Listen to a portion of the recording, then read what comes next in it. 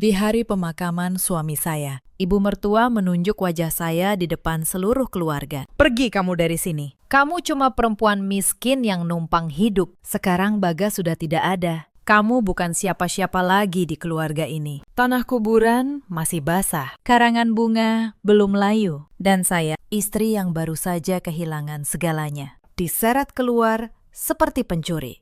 Mereka mengira saya tidak punya apa-apa. Mereka mengira rumah, mobil, dan perusahaan keluarga itu milik mereka. Yang tidak mereka tahu, nama saya ada di akta perusahaan itu, bukan sebagai menantu, sebagai pemilik. Halo, sahabat cerita. Selamat datang kembali di kanal ini. Kalau kisah malam ini menyentuh hati Anda, tekan tombol suka dan tulis nama kota Anda di kolom komentar. Mari kita mulai. Nama saya Larasati. 32 tahun. Saya bekerja sebagai konsultan keuangan di sebuah kantor di kawasan Sudirman, Jakarta. Sudah 8 tahun saya berdiri di atas kaki sendiri, jauh sebelum saya mengenal nama keluarga Wijaya. Saya menikah dengan Bagas Wijaya 4 tahun yang lalu. Bagas, anak sulung dari keluarga pemilik Wijaya Group, sebuah perusahaan properti yang cukup besar di Jakarta. Saya bukan perempuan yang lahir dari keluarga kaya. Ayah saya seorang guru, ibu saya seorang penjahit. Tapi mereka mengajari saya satu hal yang lebih berharga dari warisan apapun. Mereka mengajari saya untuk berdiri di atas kaki sendiri dan tidak pernah menggantungkan harga diri pada belas kasihan orang lain. Dengan prinsip itulah saya menempuh kuliah dengan beasiswa, membangun karir dari nol, dan menjadi salah satu konsultan keuangan yang dipercaya banyak klien besar. Saya tidak pernah membutuhkan harta keluarga Wijaya. Justru merekalah yang tanpa menyadarinya kelak akan membutuhkan saya. Dari hari pertama, keluarganya tidak pernah menerima saya. Bagi mereka, saya hanya perempuan tanpa garis keturunan terpandang. Perempuan yang, menurut mereka,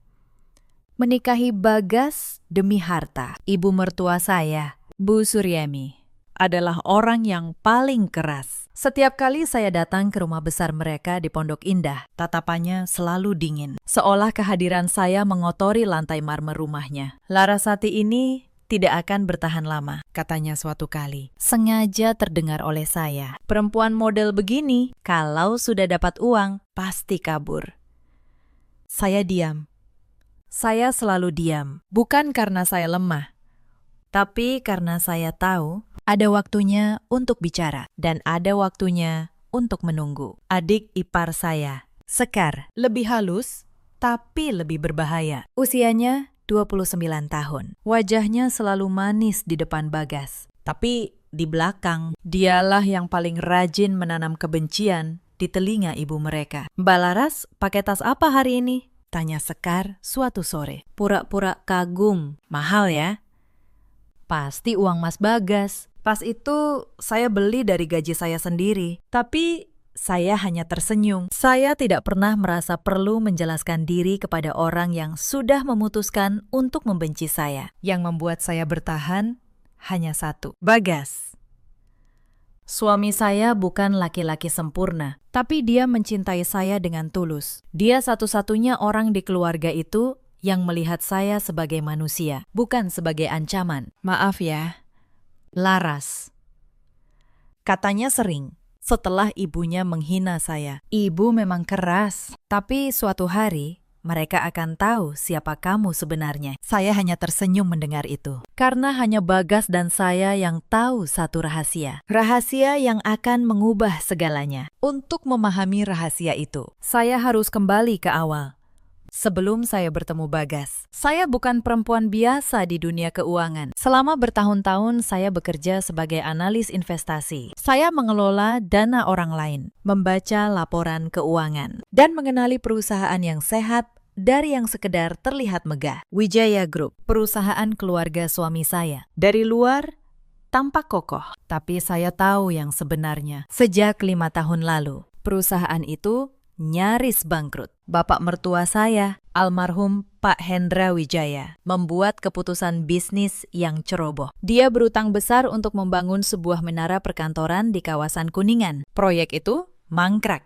Utangnya menumpuk hingga puluhan miliar rupiah. Saya tahu semua itu karena Bagas bercerita kepada saya. Dia putus asa. Dia menyaksikan warisan ayahnya runtuh perlahan. Sementara ibunya dan adiknya tetap hidup mewah, seolah tidak terjadi apa-apa. Mereka tidak mau dengar, Laras.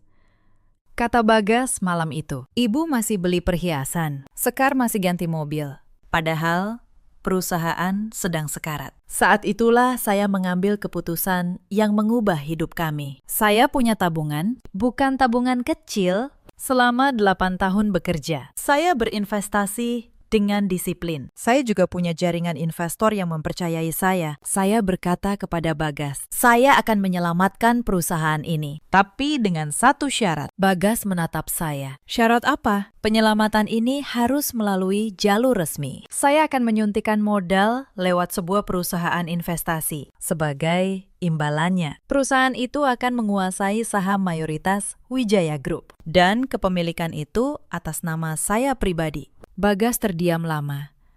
Lalu dia mengangguk. Lakukan, Laras. Kamu satu-satunya yang aku percaya. Keputusan itu tidak saya ambil dalam semalam. Selama berminggu-minggu saya menganalisis setiap angka di laporan keuangan Wijaya Group. Saya memeriksa nilai aset menara di Kuningan. Potensi pemasukannya kalau proyek itu diselesaikan. Dan risiko kalau perusahaan dibiarkan jatuh. Saya juga harus meyakinkan beberapa investor dalam jaringan saya untuk ikut menempatkan dana. Mereka mempercayai saya bukan karena nama keluarga Wijaya, tapi karena rekam jejak saya selama bertahun-tahun. Saya belum pernah membuat mereka rugi. Kamu yakin perusahaan ini bisa diselamatkan? Tanya salah seorang dari mereka. Saya tidak pernah menempatkan uang di tempat yang tidak saya yakini. Jawab saya.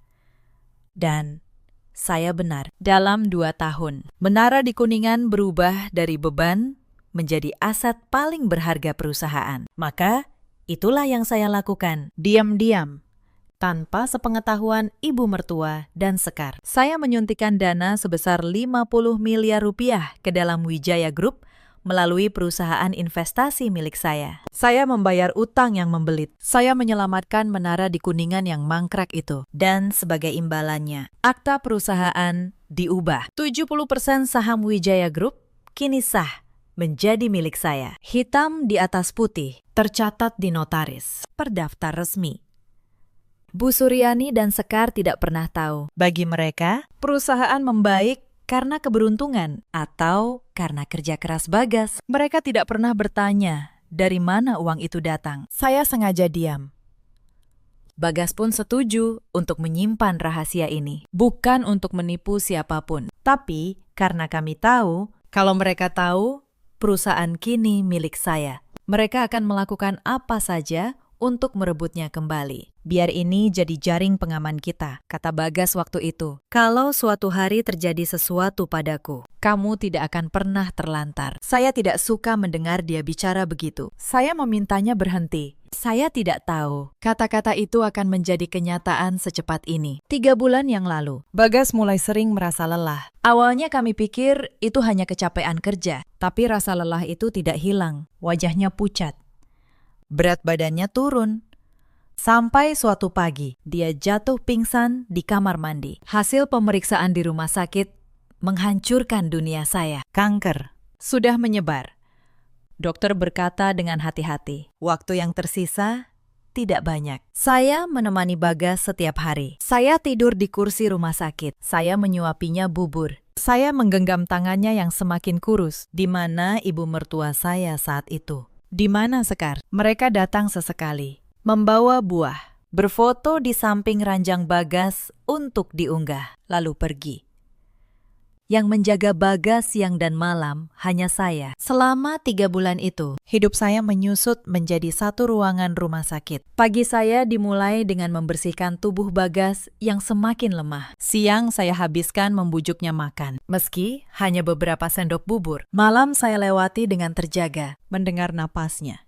Takut napas itu berhenti. Saya tetap bekerja dari kursi rumah sakit. Laptop di pangkuan. Mata terbagi antara layar dan wajah suami saya. Saya tidak boleh roboh. Kalau saya roboh, tidak ada lagi yang menjaga Bagas. Dan tidak ada lagi yang menjaga perusahaan yang menjadi tumpuan banyak keluarga karyawan. Bu Suryani datang 1 kali dalam seminggu, selalu hanya sebentar. Dia mengeluh bau rumah sakit, mengeluh kursinya tidak nyaman, lalu pergi sebelum jam besuk habis. Sekar lebih jarang lagi, sekali datang.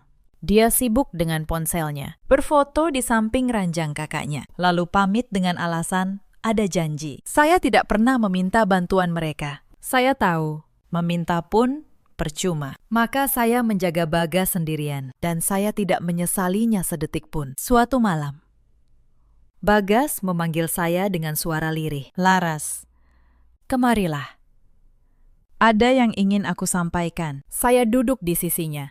Saya menggenggam tangannya. "Jangan bicara yang aneh-aneh." "Mas, kamu akan sembuh." Bagas menggeleng pelan. Matanya berkaca-kaca. "Aku tahu, waktuku tidak banyak, dan aku ingin memastikan satu hal sebelum aku pergi." Dia menarik napas dengan susah payah. "Semua dokumen perusahaan, akta, sertifikat saham, semuanya sudah aman atas namamu. Pengacara kita, Pak Wibawa, menyimpan salinannya. Apapun yang Ibu dan Sekar katakan nanti, kamu yang berhak. Ingat itu." Air mata saya jatuh. Aku tidak peduli soal perusahaan. "Mas, aku cuma mau kamu tetap di sini." Bagas tersenyum lemah. "Aku tahu. Justru karena kamu tidak pernah peduli soal harta, aku percaya semuanya kepadamu. Ibu dan Sekar tidak akan pernah mengerti itu." Itu adalah percakapan panjang terakhir kami. 2 hari kemudian, Bagas menghembuskan napas terakhir di pagi hari. Dengan tangan saya dalam genggamannya, dunia saya runtuh. Saya tidak sempat berduka dengan tenang, karena di hari pemakaman, badai yang sebenarnya baru saja dimulai. Langit mendung sore itu, seolah ikut berduka di pemakaman Bagas. Saya berdiri di depan pusara yang masih basah, menggenggam shell milik Bagas. Saya tidak peduli pada tatapan menghakimi dari keluarga besar Wijaya yang berdiri di belakang saya. Bagi saya, dunia sudah berhenti. 4 tahun pernikahan kami berkelebat di kepala saya. Hari pertama Bagas mengajak saya makan di warung sederhana, bukan restoran mahal, karena dia tahu saya tidak suka berpura-pura. Hari dia melamar saya dengan cincin sederhana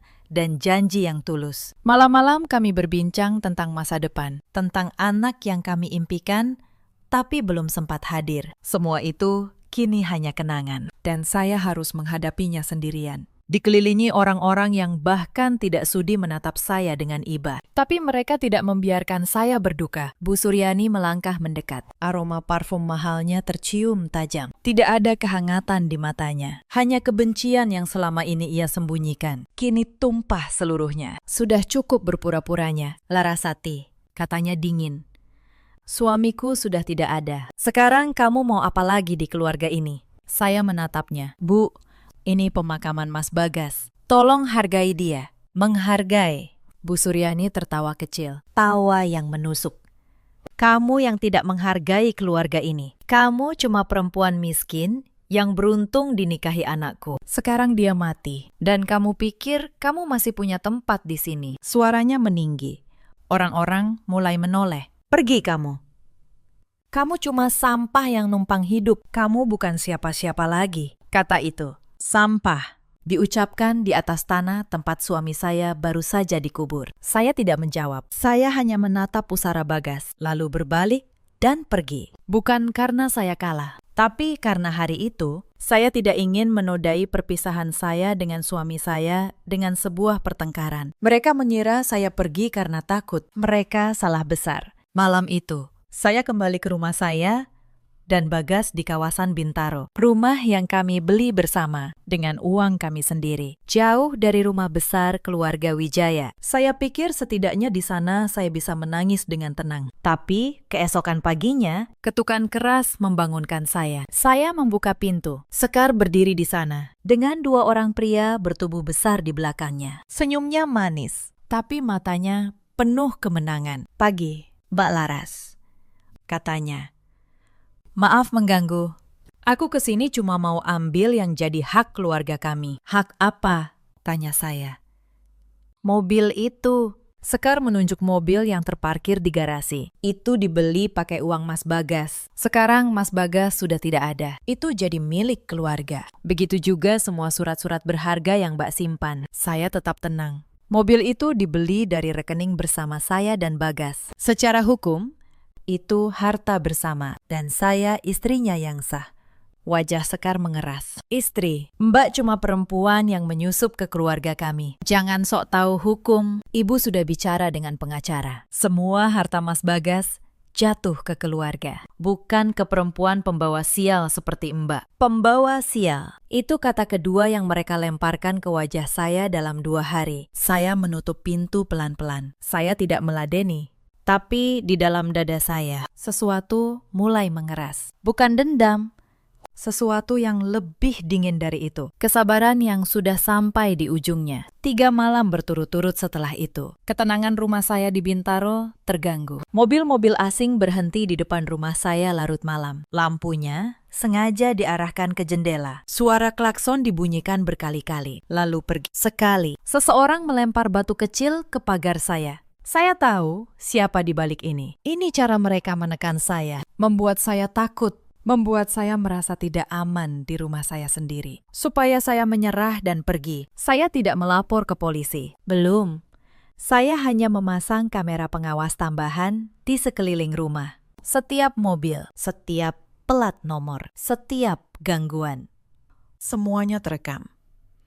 Saya tahu, suatu hari rekaman ini akan berguna. Tetangga saya, Bu Ratih, sempat bertanya dengan khawatir, Bu Laras, kenapa akhir-akhir ini ramai sekali malam-malam di depan rumah? Saya hanya tersenyum. Tidak apa-apa, Bu. Cuma salah paham keluarga. Sebentar lagi selesai. Saya tidak ingin membuat tetangga ikut khawatir. Tapi di dalam hati, saya mencatat satu lagi garis yang sudah mereka lewati. Seminggu setelah pemakaman, sebuah panggilan masuk ke ponsel saya. Bu Suryani, datang ke rumah besar besok pagi, katanya tanpa basa-basi. Kita harus menyelesaikan urusan harta Bagas. Jangan macam-macam, atau kamu akan menyesal. Keesokan harinya, saya datang ke rumah Pondok Indah itu untuk terakhir kalinya. Saya ingin tahu sampai sejauh mana mereka berani melangkah. Di ruang tamu yang luas, Bu Suryani dan Sekar sudah menunggu. Di meja, ada setumpuk dokumen dan seorang pria berjas yang mereka kenalkan sebagai pengacara keluarga. Duduk, kata Bu Suryani. Saya duduk. Pengacara itu mendorong sebuah dokumen ke arah saya. Ini surat pelepasan hak, katanya. Dengan menandatangani ini, Anda menyatakan melepaskan seluruh klaim atas harta peninggalan almarhum Bagas Wijaya, termasuk rumah, kendaraan, dan saham di Wijaya Group. Sebagai gantinya, keluarga akan memberikan Anda uang kebaikan sebesar 50 juta rupiah. 50 juta untuk melepaskan segalanya. Saya hampir tertawa, tapi saya menahannya. Tanda tangani, kata Bu Suryani. Ambil uangnya, lalu pergi dari hidup kami. Jangan serakah. Kamu sudah cukup beruntung. Kami beri uang. Saya menatap dokumen itu. Lalu saya menatap Bu Suryani. Bagaimana kalau saya menolak? Wajah Bu Suryani berubah. Sekar menyela dengan suara tajam. Menolak? Mbak pikir Mbak siapa? Kalau Mbak menolak, Mbak tidak akan dapat apa-apa. Bahkan rumah di Bintaro itu pun akan kami gugat. Lalu, Bu Suryani mencondongkan tubuhnya. Suaranya merendah, tapi penuh ancaman. Dengar baik-baik, Larasati. Aku punya banyak cara untuk membuat hidupmu sulit. Aku kenal banyak orang. Kalau kamu tidak menandatangani ini, kamu tidak akan pernah merasa aman lagi. Mengerti? Itu adalah ancaman. Terang-terangan. Di hadapan seorang pengacara yang hanya menunduk diam. Saya berdiri.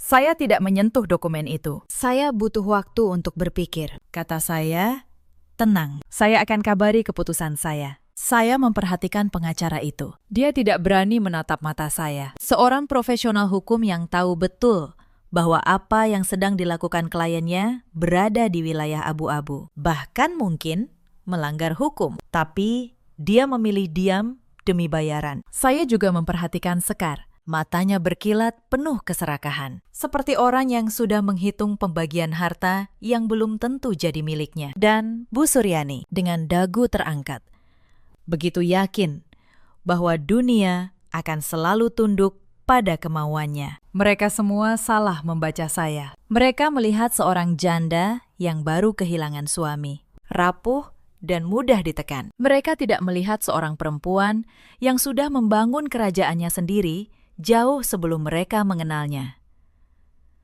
Jangan terlalu lama, desis Bu Suryani. Kesabaranku ada batasnya. Kesabaran. Lucu sekali dia bicara soal kesabaran, karena malam itu, sayalah yang mulai menghitung sisa kesabaran saya. Saya pulang, dan untuk pertama kalinya, sejak Bagas meninggal, saya membuka laci tempat saya menyimpan dokumen-dokumen itu. Akta perusahaan, sertifikat saham, surat-surat yang ditandatangani notaris. Semua atas nama saya. Mereka mengira saya tidak punya apa-apa. Mereka mengira mereka bisa menakut-nakuti saya dengan 50 juta dan ancaman kosong. Mereka tidak tahu, perempuan yang mereka panggil sampah ini memegang 70% perusahaan yang mereka banggakan. Tapi saya belum bergerak, belum waktunya. Saya ingin melihat sampai di mana mereka akan jatuh sebelum saya menariknya. Malam setelah pertemuan dengan pengacara itu, ponsel saya berdering. Nomor tidak dikenal. Saya mengangkatnya. Suara Bu Suryani, dingin dan penuh racun. Larasati, aku beri kamu kesempatan terakhir. Tanda tangani surat itu besok. Atau, jangan salahkan aku kalau terjadi sesuatu padamu. Aku punya banyak kenalan. Perempuan sepertimu gampang hilang tanpa jejak. Jantung saya berdetak keras. Tapi saya tetap menjaga suara saya tenang. Ibu mengancam saya. Anggap saja peringatan. Jawabnya. Kamu sendirian sekarang, Laras. Tidak ada Bagas yang melindungimu. Pikirkan baik-baik. Telepon ditutup. Saya duduk diam beberapa saat. Tangan saya gemetar, bukan hanya karena takut, tapi karena marah yang sudah mendidih. Lalu saya melakukan satu hal. Saya memeriksa ponsel saya.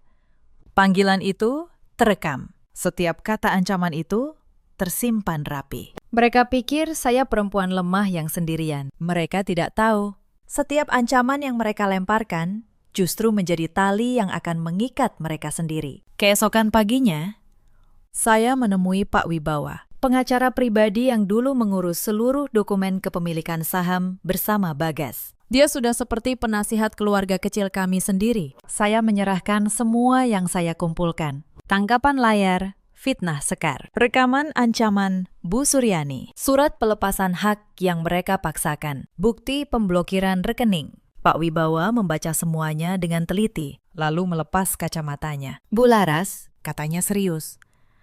Secara hukum, posisi Anda sangat kuat. Akta saham ini sah dan tidak bisa diganggu-gugat. Sebagai pemegang saham mayoritas, Anda memiliki kendali penuh atas perusahaan. Dan soal ancaman serta pemerasan ini, kalau Anda mau, kita bisa membawanya ke ranah pidana. Saya menggeleng pelan. Belum. Pakistan. Saya tidak mau buru-buru. Saya ingin mereka menunjukkan wajah asli mereka sampai habis, di depan banyak orang. Baru setelah itu, saya akan bicara. Pak Wibawa tersenyum tipis. Anda memang selalu sabar dan penuh perhitungan. Bagas beruntung punya istri seperti Anda. Kata-kata itu menusuk hati saya, karena Bagas memang beruntung, dan saya pun beruntung memilikinya. Hanya saja, keberuntungan itu direnggut terlalu cepat. Saya pulang dengan satu keyakinan. Saya tidak melawan dalam kegelapan. Saya melawan dengan hukum, dengan bukti, dan dengan kesabaran.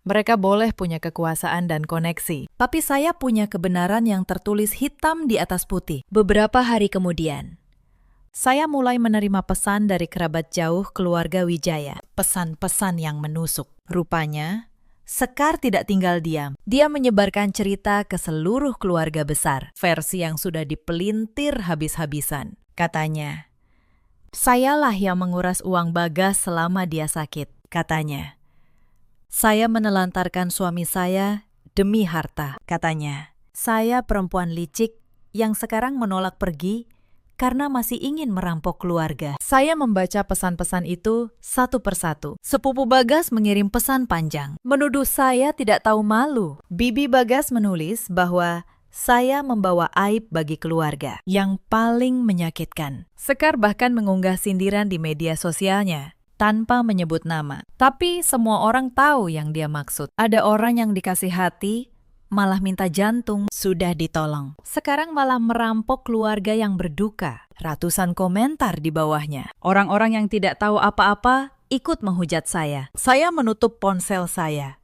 Tangan saya gemetar, bukan karena takut, tapi karena marah. Selama berhari-hari saya menjaga Bagas tanpa tidur. Saya yang menyelamatkan perusahaan mereka dari kebangkrutan. Dan sekarang, saya difitnah sebagai perampok. Tapi saya tetap diam. Karena saya tahu satu hal yang mereka lupa. Fitnah bisa dibantah. Tapi yang lebih kuat dari fitnah adalah bukti. Dan saya punya semua buktinya. Saya hanya menyimpan setiap pesan, setiap unggahan, setiap ancaman. Tangkapan layar demi tangkapan layar. Saya tidak menghapus apapun, sementara mereka sibuk menghancurkan nama saya di luar. Mereka tidak sadar bahwa setiap kata yang mereka tulis sedang menjadi bukti yang akan berbalik melawan mereka. Sementara fitnah menyebar di luar. Mereka juga mulai bergerak di dalam. Suatu pagi, saya mencoba mengakses rekening bersama yang dulu saya dan Bagas gunakan untuk kebutuhan rumah tangga. Saldonya kosong, diblokir. Saya menelpon bank. Ternyata Bu Suryani dengan mengatasnamakan keluarga sudah melaporkan kematian Bagas dan meminta pemblokiran rekening. Mengklaim bahwa dana itu milik keluarga Wijaya. Mereka pikir dengan begitu, saya akan kehabisan uang dan menyerah. Mereka tidak tahu, rekening bersama itu hanya tempat saya menaruh uang belanja. Kekayaan saya yang sesungguhnya ada di tempat lain, jauh dari jangkauan mereka. Tapi mereka mengira, mereka sudah membuat saya jatuh miskin. Sebentar lagi, dia pasti datang merengek minta uang, kata Sekar kepada salah seorang sepupu. Kalimat yang kemudian sampai ke telinga saya. Perempuan miskin memang gampang ditaklukkan. Saya hanya tersenyum membaca pesan itu. Saya menyimpannya. Satu bukti lagi. Lalu mereka melangkah terlalu jauh. Beberapa hari kemudian, saya menerima telepon dari Pak Darto, manajer keuangan senior di kantor Wijaya Group. Orang yang sudah lama mengenal saya sebagai konsultan diam-diam perusahaan. Bu Laras, katanya gelisah.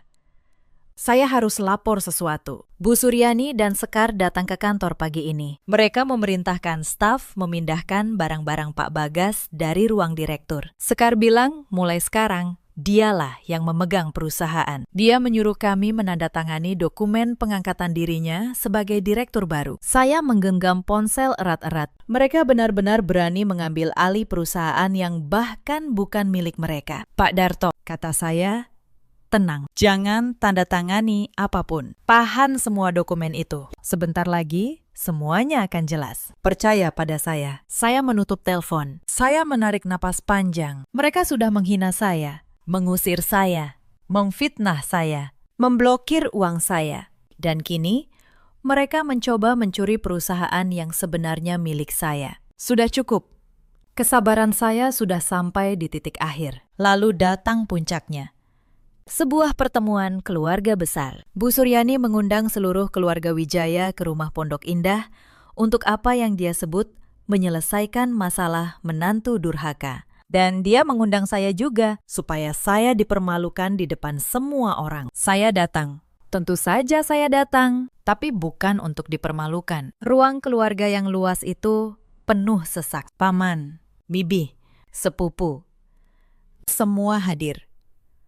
Begitu saya masuk, semua mata menatap saya dengan jijik. Bisik-bisik terdengar di mana-mana. Bu Suryani berdiri di tengah ruangan, seperti seorang ratu di atas singgasananya. Nah, semua sudah berkumpul, katanya lantang. Hari ini kita akan menyelesaikan urusan dengan perempuan ini. Larasati menolak menandatangani pelepasan hak. Dia masih saja serakah. Masih saja ingin merampas harta keluarga kita. Suara cibiran memenuhi ruangan. Seseorang berkata, dasar tidak tahu diri. Yang lain menimpali, memang dari awal cuma mau harta. Sekar berdiri di samping ibunya. Tersenyum puas. Mbak Laras, katanya manis, tapi beracun. Lebih baik Mbak tanda tangan sekarang, di depan semua orang, biar tidak ada masalah lagi. Atau Mbak mau dipermalukan lebih jauh? Saya berdiri di tengah lingkaran kebencian itu. Sendirian.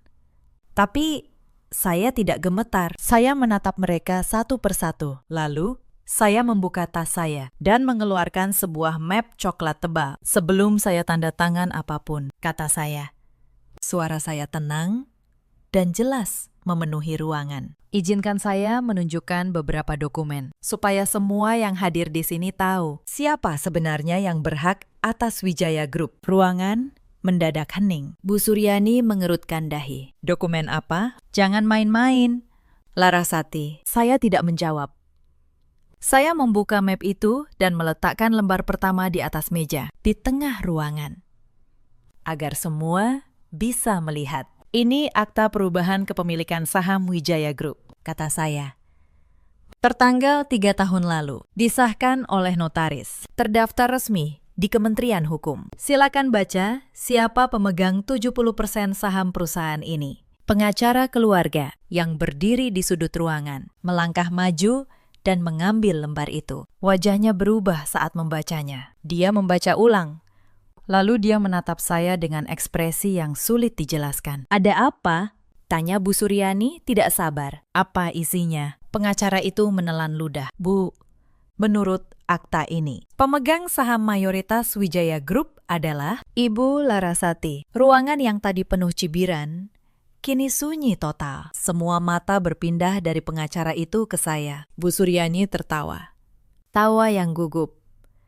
Tidak mungkin. Itu pasti palsu. Mana mungkin perusahaan kami jadi milik perempuan ini? Saya meletakkan lembar kedua. Lalu ketiga, lalu keempat, 5 tahun lalu, kata saya. Suara saya tetap dingin dan tenang. Wijaya Group hampir bangkrut. Utang dari proyek menara di Kuningan menumpuk sampai puluhan miliar. Bapak Hendra meninggalkan utang itu sebelum beliau wafat. Perusahaan ini tinggal menunggu disita bank. Saya menatap Bu Suryani. Sementara, perusahaan sekarat. Ibu masih membeli perhiasan. Sekar masih ganti mobil setiap tahun. Tidak ada satupun dari kalian yang tahu atau peduli bahwa Wijaya Group berada di ambang kehancuran. Saya mengeluarkan bukti transfer, bukti pelunasan utang, laporan keuangan sebelum dan sesudah. Saya yang menyelamatkannya. Saya menyuntikkan 50 miliar rupiah dari dana pribadi saya untuk melunasi utang itu. Saya yang menyelamatkan menara di Kuningan, yang sekarang jadi sumber pemasukan terbesar perusahaan ini. Dan, sebagai imbalannya, atas persetujuan Bagas, 70% saham perusahaan ini sah menjadi milik saya. Hitam di atas putih, tidak ada yang bersuara. Wajah Bu Suryani memucat. Sekar yang tadi tersenyum, kini berdiri kaku. Mulutnya terbuka, tanpa kata. Perempuan yang kalian panggil sampah, kata saya pelan. Perempuan yang kalian panggil pembawa sial adalah pemilik perusahaan yang selama ini menghidupi kalian semua. Rumah Pondok Indah ini, mobil-mobil itu, gaya hidup kalian, semuanya bertahan karena uang yang saya selamatkan. Seorang paman Bagas berdiri. Suryani, apa ini benar? Bu Suryani tidak bisa menjawab. Bibirnya gemetar. Bisik-bisik mulai menjalar di antara keluarga besar. Tapi kini nadanya berbeda. Bukan lagi cibiran untuk saya, melainkan keterkejutan dan perlahan kemarahan yang berbalik arah. Jadi selama ini perusahaan hampir bangkrut, tanya seorang bibi. Dan Suryani menyembunyikannya dari kita semua. Berarti perempuan ini yang menyelamatkan kita, sahut yang lain. Lalu kalian menghinanya seperti itu. Bu Suryani mencoba menguasai keadaan. Kalian tidak mengerti, ini pasti tipuan. Dia memanfaatkan Bagas yang sedang sakit untuk merebut semuanya. Memanfaatkan. Saya menatapnya tajam. Akta ini ditandatangani 3 tahun lalu. Bu, jauh sebelum Bagas sakit. Saat itu Bagas sehat, sadar. Dan menandatanganinya dengan kesadaran penuh di hadapan notaris. Kalau ibu mau, kita bisa panggil notarisnya untuk bersaksi. Bu Suryani terdiam. Tidak ada lagi yang bisa dia katakan. Saya mengeluarkan satu map lagi. Dan ini, kata saya. Kumpulan bukti yang lain. Tangkapan layar fitnah yang Sekar sebarkan. Rekaman ancaman ibu kepada saya di depan pengacara bahwa saya tidak akan pernah aman lagi kalau menolak menandatangani surat pelepasan hak yang kalian paksa. Saya tanda tangani dengan ancaman. Semua ada di sini. Saya menatap pengacara keluarga. Anda tahu apa artinya memaksa seseorang melepaskan haknya dengan ancaman? Itu bisa menjadi perkara pidana, pengancaman, pemerasan, dan pencemaran nama baik. Bu Suryani akhirnya menemukan suaranya. Tapi suaranya kini bergetar. Larasati, dengar dulu. Kita keluarga. Kita bisa bicarakan ini baik-baik. Ibu cuma terbawa emosi waktu itu. Saya hampir tersenyum mendengar kata keluarga keluar dari mulutnya. Keluarga, ulang saya. Di mana kata itu saat ibu meneriaki saya sampah di atas makam suami saya? Di mana kata itu saat Sekar membawa 2 preman untuk merebut mobil dari rumah saya? Di mana kata itu saat kalian memaksa saya menandatangani pelepasan hak dengan ancaman akan menghabisi saya? Bu Suryani terdiam. Tidak ada jawaban. Saya tidak pernah menginginkan perusahaan ini, kata saya. Saya menyelamatkannya karena Bagas, karena saya mencintai suami saya. Dan saya tidak tega melihat dia menyaksikan warisan ayahnya runtuh. Selama 4 tahun, saya menahan semua hinaan kalian. Karena Bagas memohon saya bersabar. Karena dia berharap suatu hari kalian akan berubah. Saya menatap mereka satu persatu. Tapi kalian tidak berubah. Bahkan di hari paling menyakitkan dalam hidup saya, kalian memilih untuk menendang saya keluar. Saya melihat air muka Sekar runtuh sepenuhnya. Perempuan yang dulu begitu angkuh, yang menyebar fitnah dan membawa preman ke rumah saya, kini berdiri dengan lutut yang nyaris tak menopang tubuhnya. Keserakahan yang membakarnya selama ini berbalik menjadi abu di hadapan semua orang yang ia ingin pukau. Sekar mencoba bicara. Mbak Laras, Aku minta maaf. Aku tidak tahu. Kamu tidak tahu. Potong saya. Itu masalahnya. Sekar, kalian semua tidak pernah mau tahu. Kalian sudah memutuskan untuk membenci saya, bahkan sebelum mengenal saya. Saya mengambil kembali dokumen-dokumen saya dan memasukkannya ke dalam tas. Lalu saya menatap seluruh ruangan. Sebagai pemegang saham mayoritas, mulai hari ini, saya akan mengambil alih penuh kendali Wijaya Group. Akan ada audit menyeluruh atas semua pengeluaran keluarga yang selama ini dibebankan ke perusahaan. Mobil dinas, kartu kredit perusahaan, semua fasilitas yang selama ini kalian nikmati tanpa hak akan dihentikan. Wajah Bu Suryani benar-benar pucat sekarang. Kamu mau mengusir kami? Tidak, kata saya.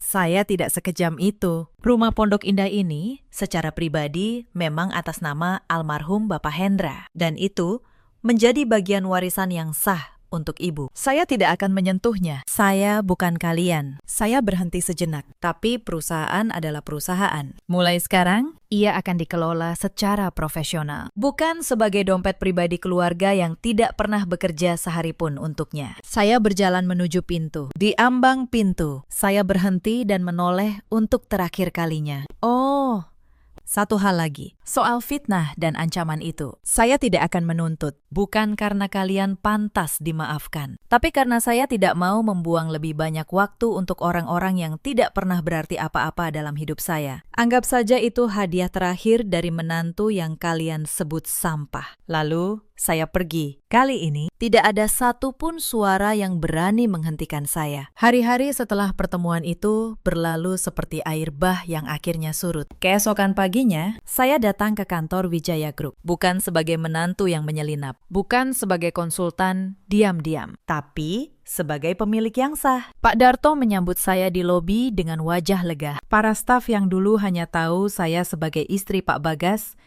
kini menatap saya dengan rasa hormat yang baru. Saya masuk ke ruang direktur, ruangan yang dulu ditempati Bagas. Di sudut meja, masih ada foto kami berdua. Saya mengambilnya, menatapnya lama. Lalu meletakkannya kembali. Aku tepati janjiku. Mas, bisik saya pelan, perusahaanmu aman dan aku tidak akan membiarkan siapapun menghancurkannya lagi. Hari itu saya mengumpulkan seluruh karyawan. Saya menjelaskan situasi dengan jujur. Saya menjelaskan bagaimana perusahaan nyaris bangkrut, bagaimana ia diselamatkan, dan bagaimana ke depan ia akan dikelola. Saya berjanji satu hal kepada mereka. Tidak akan ada lagi uang perusahaan yang mengalir ke kantong pribadi yang tidak bekerja. Setiap rupiah akan kembali ke perusahaan, ke karyawan, ke masa depan yang sehat. Tepuk tangan memenuhi ruangan. Untuk pertama kalinya sejak Bagas meninggal, saya merasakan sesuatu yang menyerupai harapan. Minggu pertama saya memimpin, saya menggelar rapat direksi. Untuk pertama kalinya, semua keputusan diambil berdasarkan data, bukan berdasarkan keinginan keluarga. Saya menunjuk Pak Darto, yang selama ini setia dan jujur, menjadi Direktur Keuangan resmi. Bularas, kata Pak Darto setelah rapat, terima kasih sudah percaya pada saya. Selama bertahun-tahun, saya melihat perusahaan ini diperlakukan seperti dompet pribadi. Saya sempat berpikir untuk mengundurkan diri, tapi sekarang saya punya alasan untuk bertahan. Saya tersenyum. Justru saya yang berterima kasih. Pakistan, tanpa orang-orang jujur seperti Anda, perusahaan ini sudah lama runtuh. Saya juga menemui para karyawan tingkat bawah, orang-orang yang selama ini bekerja keras tapi jarang dihargai. Saya menaikkan kesejahteraan mereka. Saya memastikan tidak ada lagi gaji yang terlambat. Saya ingin perusahaan ini menjadi tempat di mana kerja keras dihargai, bukan tempat di mana koneksi keluarga menentukan segalanya. Audit yang saya janjikan benar-benar berjalan. Hasilnya mengejutkan. Meski tidak mengejutkan saya, selama bertahun-tahun, Bu Suryani dan Sekar telah membebankan pengeluaran pribadi mereka ke perusahaan. Mobil mewah, perjalanan ke luar negeri, perhiasan.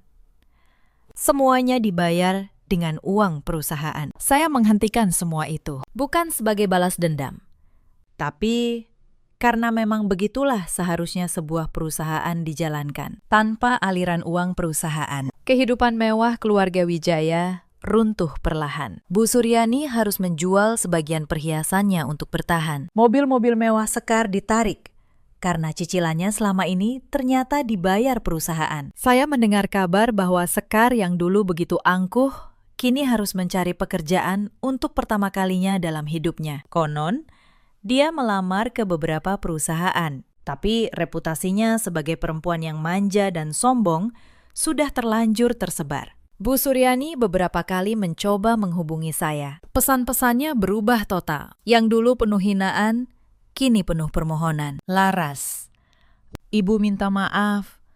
Ibu salah selama ini. Tolong bantu Ibu sedikit saja. Saya membaca pesan-pesan itu. Saya tidak membalas dengan kemarahan. Saya juga tidak membalas dengan belas kasihan yang berlebihan. Saya hanya membalas satu kali. Bu, saya sudah memaafkan. Tapi memaafkan tidak berarti melupakan. Saya doakan Ibu sehat. Tapi tolong, jangan hubungi saya lagi. Lalu, saya memblokir nomornya. Bukan karena dendam, tapi karena saya akhirnya belajar satu hal yang dulu tidak pernah saya izinkan untuk diri saya sendiri. Saya berhak memilih siapa yang boleh ada dalam hidup saya. Bulan-bulan berlalu. Wijaya Group di bawah kendali saya mulai tumbuh kembali dengan sehat. Menara di Kuningan yang dulu mangkrak kini menjadi gedung perkantoran yang penuh penyewa. Pemasukannya stabil. Karyawan dibayar tepat waktu. Tidak ada lagi kebocoran.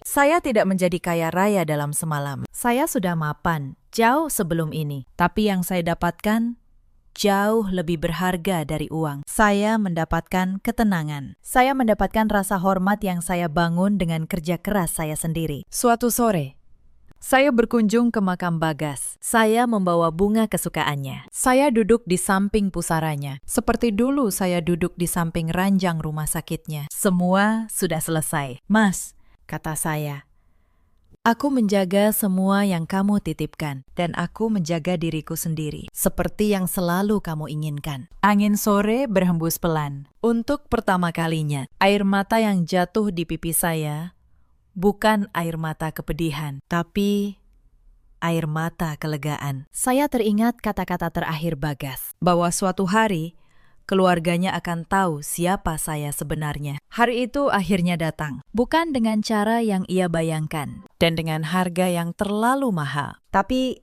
saya menepati setiap janji kepadanya. Saya berdiri, merapikan bunga di pusaranya, lalu berbisik untuk terakhir kalinya sore itu. Istirahatlah dengan tenang. Mas, aku akan baik-baik saja. Aku sudah belajar menjaga diriku sendiri. Saya berjalan meninggalkan pemakaman dengan langkah yang ringan. Untuk pertama kalinya sejak sekian lama, beban di dada saya terasa terangkat. Cerita ini mengajarkan kita banyak hal. Jangan pernah menilai seseorang dari penampilan luarnya. Jangan pernah menghina orang yang sedang terlihat lemah. Karena Anda tidak pernah tahu kekuatan apa yang ia simpan di balik kesabarannya. Dan jangan pernah mengira bahwa kebaikan yang diam adalah kelemahan. Seringkali, orang yang paling tenang adalah orang yang paling memahami nilai dirinya, sehingga ia tidak perlu meneriakkannya kepada siapapun. Di luar sana, ada banyak perempuan seperti saya dulu. Perempuan yang dihina di rumah suaminya sendiri. Perempuan yang diperlakukan sebagai orang asing oleh keluarga yang seharusnya menyambutnya. Perempuan yang menelan setiap penghinaan demi menjaga keutuhan rumah tangga yang ia cintai. Kepada para perempuan itu, saya ingin berkata, kesabaran bukan berarti membiarkan diri diinjak selamanya. Kesabaran adalah kekuatan untuk menunggu waktu yang tepat, sambil terus membangun diri sendiri. Jangan pernah berhenti tumbuh, jangan pernah berhenti mandiri. Karena pada akhirnya, kemandirian itulah yang akan menjadi pelindung Anda saat tidak ada lagi yang membela. Ada juga banyak ibu mertua di luar sana yang melihat menantu sebagai ancaman, bukan sebagai keluarga. Yang lupa bahwa cinta seorang anak laki-laki tidak akan pernah berkurang hanya karena ia membagi hatinya dengan istrinya. Ketakutan itu seringkali berubah menjadi kebencian, dan kebencian itu pada akhirnya menghancurkan keluarga mereka sendiri. Dan ada banyak orang seperti Sekar, orang yang sibuk menjatuhkan orang lain, sampai lupa membangun dirinya sendiri. Ketika topangan itu hilang, mereka jatuh. Dan tidak ada yang mau menolong. Bagaimana dengan keluarga Wijaya sekarang? Bu Suryani hidup sederhana dari sisa warisan suaminya, jauh dari kemewahan yang dulu ia banggakan. Sekar, kabarnya, akhirnya bekerja sebagai pegawai biasa. Belajar untuk pertama kalinya arti dari mencari nafkah sendiri.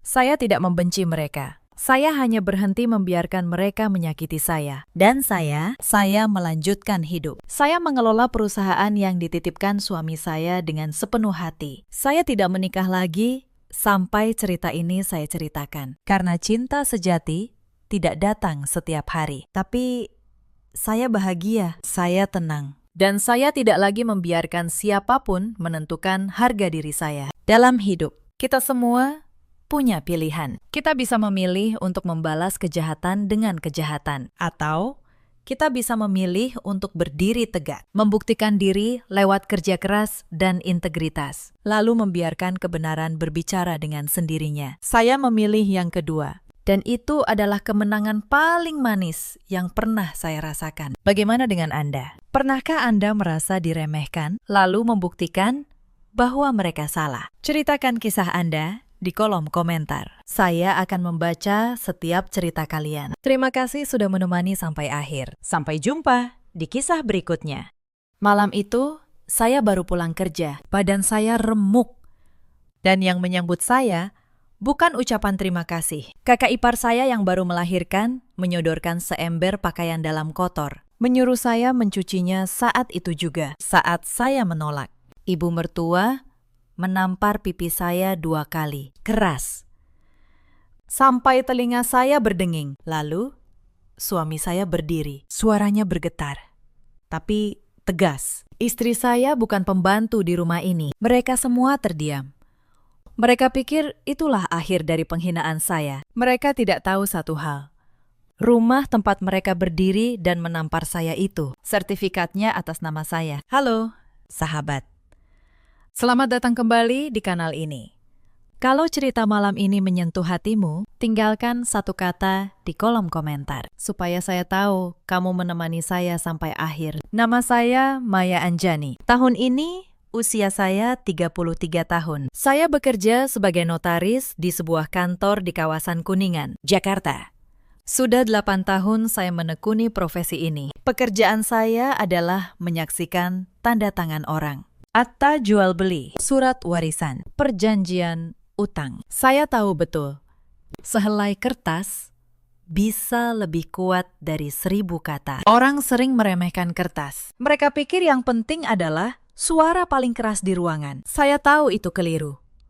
Dalam pekerjaan saya sudah melihat banyak hal. Saya melihat saudara saling gugat karena warisan. Saya melihat suami istri bercerai dan berebut rumah. Saya melihat orang yang dulu paling lantang akhirnya terdiam hanya karena lawan mereka memegang satu lembar dokumen yang sah. Dari semua itu, saya belajar satu pelajaran penting di dunia ini. Kebenaran yang tidak punya bukti seringkali kalah oleh kebohongan yang punya kertas. Maka kalau kamu benar, jangan cuma benar di hati. Benarlah juga di atas kertas. Pelajaran itu suatu hari nanti menyelamatkan hidup saya sendiri. Saya menikah dengan Reza 6 tahun lalu. Reza, laki-laki yang baik, lembut, sopan, sedikit pendiam.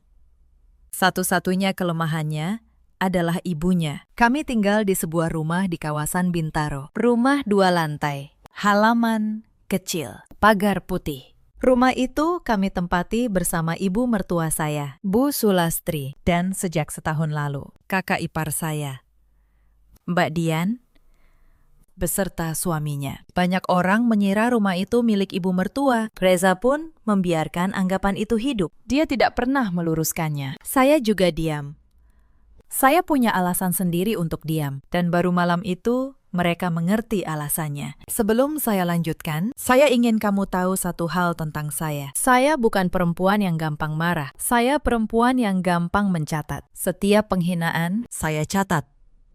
Bukan di hati, di map. Mari saya ceritakan dari awal. Supaya kamu paham bagaimana sehelai kertas bisa membalikan satu keluarga. 6 tahun lalu, saat saya dan Reza menikah, kami belum punya rumah. Reza waktu itu masih merintis usaha kecil. Gajinya pas-pasan. Saya yang baru lulus ujian notaris, juga masih meniti karir. Yang punya modal saat itu justru orang tua saya. Ayah saya seorang pensiunan, tapi beliau memiliki sebidang tanah di Bintaro, warisan dari kakek saya. Saat saya menikah, ayah berkata pelan, "Maya, tanah ini untukmu. Bangun rumah di sini. Tapi pastikan satu hal. Pastikan namamu yang tertera di sertifikat. Jangan nama siapapun yang lain." Saya ingat betul nasihat itu. Ayah saya bukan orang kaya, tapi beliau orang yang sudah kenyang melihat keluarga retak karena harta. Maka rumah itu dibangun di atas tanah ayah dengan sebagian tabungan saya. Dan di sertifikat hanya ada satu nama, Maya Anjani. Reza tahu hal itu. Dia menyaksikan sendiri proses balik nama di kantor pertanahan. Tapi seiring waktu, dia memilih lupa. Lebih nyaman baginya membiarkan ibunya merasa rumah itu miliknya. Bu Sulastri, ibu mertua saya, adalah perempuan berusia 60 tahun dengan dagu yang selalu terangkat. Sejak hari pertama saya masuk ke keluarga itu, beliau memandang saya seperti memandang pegawai baru yang belum tentu becus. "Menantu zaman sekarang," katanya suatu kali. Cukup keras supaya saya dengar. Kerja di kantor, pulang malam, tapi tidak bisa mengurus rumah. Saya hanya tersenyum waktu itu. Saya pikir beliau akan melunak seiring waktu. Saya keliru.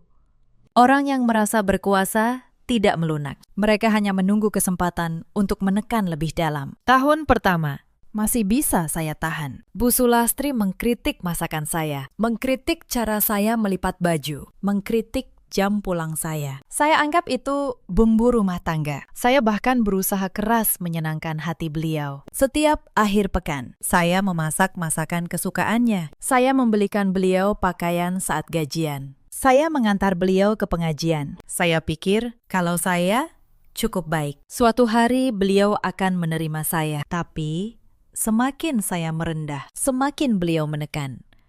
Saya akhirnya mengerti satu hal tentang manusia. Bagi orang yang haus kuasa, kebaikan orang lain bukan dilihat sebagai ketulusan, melainkan sebagai kelemahan yang bisa dimanfaatkan. Suatu kali di tahun pertama itu, saya pernah memberanikan diri bicara kepada Reza. Mas, kenapa ibu seperti tidak pernah suka sama saya? Reza waktu itu hanya memeluk saya dan berkata, ibu memang begitu orangnya, Maya. Keras.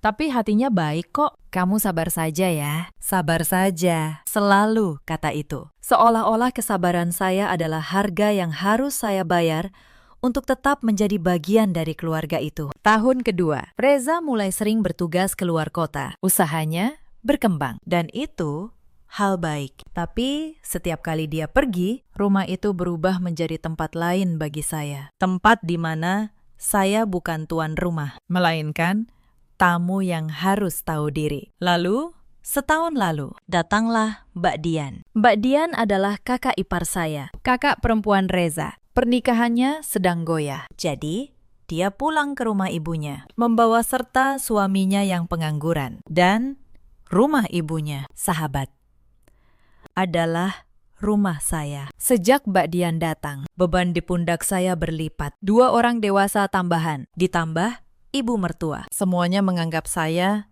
pelayan tak bergaji. Maya, tolong cuci piring. Maya, tolong belikan beras. Maya, kamu kan pulang lewat pasar, sekalian beli lauk.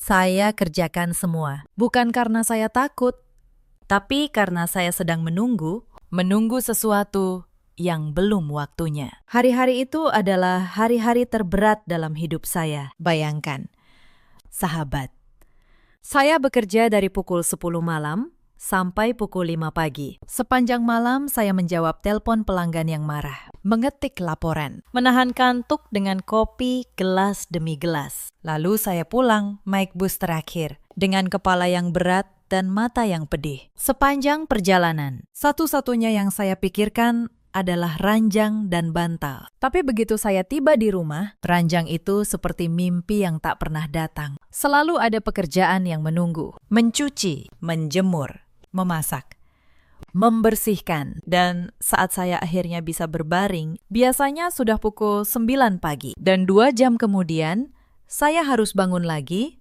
untuk mempersiapkan keperluan kantor. Saya hidup dalam keadaan kurang tidur yang konstan. Tubuh saya seperti tidak pernah benar-benar beristirahat. Tapi yang lebih melelahkan bukan tubuh saya. Yang lebih melelahkan adalah hati saya, yang setiap hari harus menelan rasa tidak dihargai. Suatu kali, saking lelahnya, saya tertidur di meja makan sambil memotong sayur. Bu Sulastri menemukan saya, dan alih-alih membiarkan saya istirahat, beliau membangunkan saya dengan ketukan keras di meja. Maya, bangun, banyak yang harus dikerjakan. Jangan jadi menantu pemalas, katanya. Saya bangun, mengusap mata, dan melanjutkan memotong sayur. Saya tidak berkata apa-apa, tapi di dalam sebuah suara kecil berbisik kepada saya. Catat ini juga, Maya. Catat semuanya. Saya kerjakan semua tugas itu, bukan karena saya takut, tapi karena saya sedang menunggu yang tidak mereka tahu. Setiap pengeluaran rumah itu saya catat. Listrik, air, beras, gas, sampai biaya perbaikan atap bulan lalu. Semuanya dari rekening saya. Dan saya simpan setiap struk, setiap bukti transfer di sebuah map biru di laci meja saya. Saya tidak tahu kapan map itu akan berguna. Saya hanya tahu suatu hari nanti akan berguna. Konflik yang sebenarnya dimulai sekitar 4 bulan lalu. Mbak Dian melahirkan. Bayinya lucu dan saya tulus menyayanginya. Tapi kelahiran itu menjadi alasan baru bagi rumah itu untuk menindas saya lebih jauh. Maya sehat, masih muda, belum punya anak, kata Bu Sulastri di meja makan. Wajar kalau dia yang mengurus keperluan Dian. Dian kan sedang nifas. Tidak boleh capek. Saya menatap piring saya. Saya ingin berkata bahwa saya juga capek, bahwa saya bekerja semalaman dan baru tidur 3 jam. Tapi saya diam. Saya catat kalimat itu dalam kepala saya. Sejak hari itu, tugas saya bertambah. Selain pekerjaan kantor, Saya harus menyiapkan makanan khusus untuk Mbak Dian. Mencuci popok, menjemur, membersihkan kamarnya. Teresa saat itu sedang berada di Surabaya untuk urusan usaha. Setiap saya menelpon dan menceritakan keadaan, dia hanya menghela napas. Sabar dulu ya, Maya. Ibu kan sudah tua, Mbak Dian juga sedang susah. Sabar. Kata itu, sahabat, adalah kata yang paling sering dipakai orang untuk menyuruh perempuan menelan luka. Suatu pagi, sepulang shift malam, saya mendapati seluruh isi lemari pakaian saya berserakan di lantai. Mbak Dian berdiri di sana dengan tangan di pinggang. Maya, lemari ini saya pakai dulu ya, buat baju-baju bayi. Kamu kan punya banyak lemari lain. Saya tidak punya lemari lain. Itu satu-satunya lemari saya. Tapi saya mengangguk. Saya pindahkan pakaian saya ke dalam koper. Dan koper itu saya taruh di pojok kamar. Malam itu, saya tidak menangis. Saya membuka map biru saya. Dan saya tambahkan satu catatan baru. Penghinaan demi penghinaan datang seperti hujan yang tak berhenti. Minggu berikutnya, Bu Sulastri mengumpulkan arisan ibu-ibu di rumah. Saya, yang baru pulang kerja, diminta melayani belasan tamu, menyeduh teh, menyajikan kue, mencuci gelas. Salah satu tamu bertanya, Bu Sulastri, ini pembantunya baru ya, rajin sekali. Bu Sulastri tertawa. Beliau tidak meluruskan. Iya, lumayan. Tapi masih harus banyak diajari. Saya berdiri di dapur, memegang nampan. Dan untuk pertama kalinya, tangan saya gemetar menahan sesuatu. Bukan air mata, sesuatu yang lebih dingin. Sepanjang sore itu, saya melayani belasan tamu dengan senyum yang dipaksakan. Saya mendengar mereka tertawa, bergosip, menikmati kue yang saya beli dengan uang saya sendiri. Dan tidak satu pun dari mereka tahu bahwa perempuan yang menyajikan teh untuk mereka adalah pemilik sah rumah tempat mereka duduk. Saat semua tamu pulang, Bu Sulastri bahkan tidak mengucapkan terima kasih. Beliau hanya berkata, lain kali tehnya jangan terlalu manis. Tamu ibu banyak yang sudah tua. Tidak baik, kebanyakan gula. Lalu beliau masuk ke kamarnya tanpa menoleh. Saya pulang ke kamar, membuka laptop, dan membuka sebuah folder yang sudah lama saya siapkan. Di dalamnya ada salinan sertifikat rumah, surat tanah dari ayah saya, dan rekapitulasi seluruh pengeluaran rumah tangga selama 5 tahun. Saya belum melakukan apa-apa. Saya hanya memastikan semuanya rapi, karena saya tahu suatu hari kesabaran ini akan habis. Dan saat itu tiba. Saya tidak ingin berkata dengan emosi. Saya ingin berkata dengan bukti. Tapi malam itu, saya belum tahu bahwa kesabaran saya akan habis lebih cepat dari dugaan saya. Bulan berikutnya, masalah uang mulai muncul ke permukaan. Suami Mbak Dian, namanya Pak Gunawan, adalah pengangguran yang gemar berjudi daring. Dia kerap meminjam uang ke sana kemari, dan tagihan mulai berdatangan ke rumah. Suatu sore, saya pulang dan mendapati motor saya tidak ada di garasi. Mbak Dian, motor saya kemana? Tanya saya. Mbak Dian menjawab santai. Oh, dipinjam Mas Gunawan. Ada perlu sebentar. 3 hari motor itu tidak kembali. Saat akhirnya kembali, surat-suratnya hilang. BPKB motor saya digadaikan oleh Pak Gunawan untuk menutup utang judinya sebesar 8 juta rupiah. Saya menahan amarah. Saya datangi Bu Sulastri, berharap beliau membela saya. Tapi beliau malah berkata, "Sudahlah, Maya. Cuma motor. Lagi pula, Gunawan kan masih keluarga. Kamu yang harusnya mengalah. Rezeki harus dibagi. Rezeki harus dibagi. Padahal yang dibagi paksa adalah milik saya, bukan milik mereka." Malam itu, di map biru saya, catatan bertambah lagi. Dan untuk pertama kalinya, di samping catatan itu, saya tulis sebuah angka, 8 juta rupiah. Saya tahu, satu hari angka-angka ini akan dijumlahkan. Tak lama setelah itu, terjadi sebuah peristiwa yang membuat saya hampir kehilangan kesabaran. Suatu malam, saat saya sedang bekerja di kantor, bayi Mbak Dian demam tinggi. Mbak Dian panik.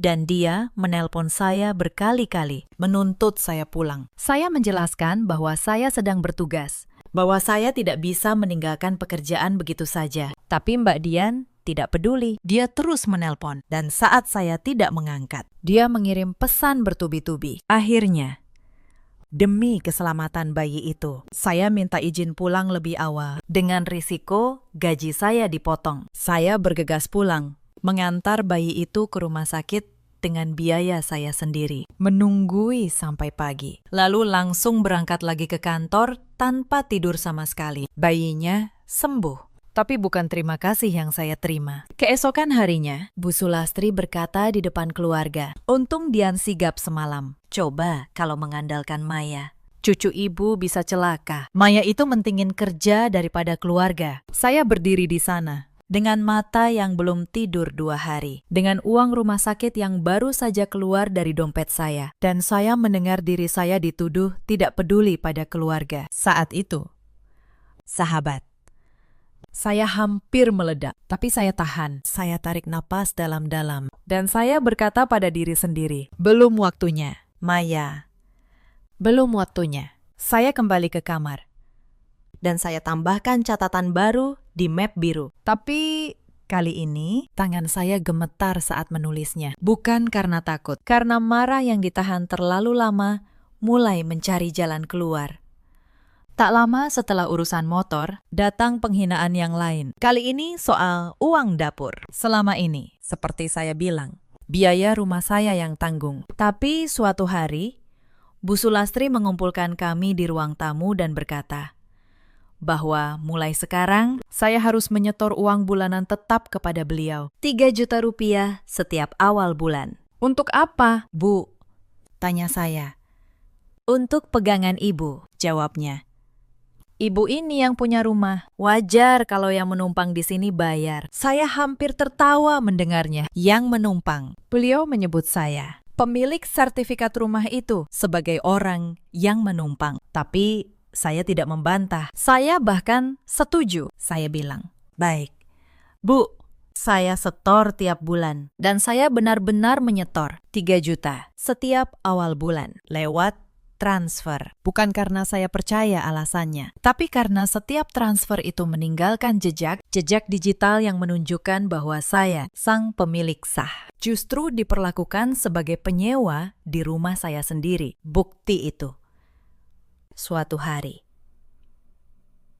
akan berbicara. Penghinaan berikutnya datang saat ada acara keluarga besar. Salah seorang sepupu Reza menikah, dan seluruh keluarga berkumpul di hadapan puluhan kerabat. Bu Sulastri memperkenalkan saya bukan sebagai menantu, melainkan ini Maya yang membantu-bantu di rumah, bukan menantu yang membantu-bantu. Beberapa kerabat menatap saya dengan iba. Seorang bibi tua bahkan menyelipkan uang ke tangan saya, berbisik, "Sabar ya, Nak. Yang penting jujur dan rajin." Saya menerima uang itu, berterima kasih, dan tersenyum. Tapi di dalam, saya mencatat satu hal lagi. Bukan dendam, sebuah keputusan. Saya putuskan bahwa kesabaran ini ada batasnya, dan batas itu semakin dekat. Ada satu jenis penghinaan yang lebih menyakitkan daripada soal uang atau pekerjaan rumah, yaitu soal anak. Saya dan Reza belum dikaruniai anak. Bukan karena kami tidak ingin, tapi karena kami sedang berikhtiar, dan itu butuh waktu. Bagi saya, itu urusan saya dan suami saya. Tapi bagi Bu Sulastri, itu menjadi bahan hinaan yang tak pernah habis. Sudah 6 tahun menikah, perut masih kosong, katanya suatu kali di depan tamu. Coba lihat Dian, baru setahun nikah, lagi sudah punya cucu untuk ibu. Maya ini entah kenapa, mungkin kebanyakan kerja, jadi lupa kodratnya sebagai perempuan. Kalimat itu, sahabat, menusuk lebih dalam daripada tamparan manapun. Saya pulang ke kamar malam itu, dan untuk pertama kalinya, saya benar-benar menangis sendirian. Tapi keesokan paginya, saya menghapus air mata itu. Saya berkata pada diri sendiri, kesedihan tidak akan mengubah apa-apa. Yang mengubah keadaan adalah kesiapan. Maka, saya kembali pada map biru saya, dan saya pastikan Semuanya rapi karena saya tahu hari di mana saya berdiri sudah semakin dekat. Tapi yang membuat saya benar-benar mulai bergerak adalah hal yang saya temukan secara tidak sengaja 2 bulan lalu. Saya sedang membersihkan ruang tamu saat seseorang mengetuk pintu. Seorang petugas dari bank membawa surat. Surat itu ditujukan kepada Bu Sulastri karena beliau sedang keluar. Saya menerima surat itu. Dan karena profesi saya membuat saya terbiasa membaca dokumen. Mata saya menangkap satu baris di amplop yang tembus pandang. Itu adalah surat tagihan kredit atas sebuah pinjaman yang dijaminkan dengan sertifikat rumah. Saya terhenyak. Sertifikat rumah. Rumah saya. Ada yang mencoba menjaminkan rumah saya ke bank. Tapi itu mustahil karena sertifikat asli ada di tangan saya. Tersimpan di brankas kantor yang bisa mereka jaminkan. Paling-paling hanya fotokopi atau dokumen palsu. Saya tidak membuka surat itu. Saya letakkan kembali. Tapi sejak detik itu, saya mulai menyelidiki. Malam itu, saya tidak bisa tenang. Pikiran saya berputar. Siapa yang berani menjaminkan rumah saya? Bagaimana caranya? Saya tahu sertifikat asli ada di tangan saya. Jadi mereka pasti memakai cara lain. Cara yang tidak jujur. Diam-diam. Dengan akses yang saya miliki sebagai notaris, saya menelusuri. Saya hubungi kenalan saya di bank tempat surat itu berasal. Saya periksa apakah benar ada permohonan kredit atas nama saya. Dan yang saya temukan membuat darah saya dingin. Bu Sulastri, dibantu Mbak Dian, telah membuat sebuah surat kuasa palsu. Surat yang seolah-olah ditandatangani saya, memberi mereka wewenang untuk menjaminkan rumah. Mereka bahkan sudah mencoba mengajukannya ke bank, tapi ditolak karena tidak ada sertifikat asli dan tidak ada kehadiran saya sebagai pemilik. Mereka tidak menyerah. Surat tagihan yang saya terima itu ternyata berkaitan dengan pinjaman lain yang mereka coba ajukan dengan modus yang sama. Mereka berencana terus mencoba sampai berhasil mengelabui salah satu lembaga keuangan. Rencana mereka jelas, menjaminkan rumah, mengambil pinjaman besar, membiarkan saya menanggung utangnya, atau mengusir saya dan mengklaim rumah itu sebagai milik mereka. Mereka tidak tahu satu hal mendasar. Untuk menjaminkan rumah, dibutuhkan sertifikat asli dan kehadiran pemilik yang sah di hadapan notaris. Dan saya, kebetulan, adalah notaris. Saya tahu persis bagaimana cara kerja kejahatan semacam itu. Dan saya tahu persis bagaimana cara menggagalkannya. Malam itu, saya tidak tidur. Bukan karena takut, tapi karena saya sedang menyusun rencana. Beberapa hari kemudian, saya mendapat kepastian. Malam itu, saya pulang lebih awal dan rumah dalam keadaan gelap. Mereka pikir saya masih bekerja. Dari arah kamar Bu Sulastri, saya mendengar suara. Saya berhenti di lorong.